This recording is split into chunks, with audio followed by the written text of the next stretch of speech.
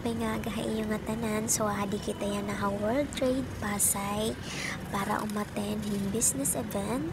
So aanhian different kinds of logistics businesses.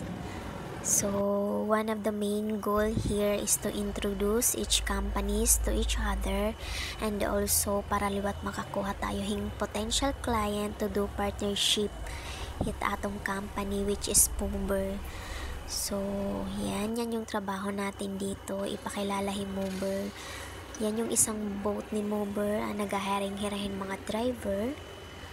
So dito sa event na to, nandito lahat ng mga executives, mga company owner.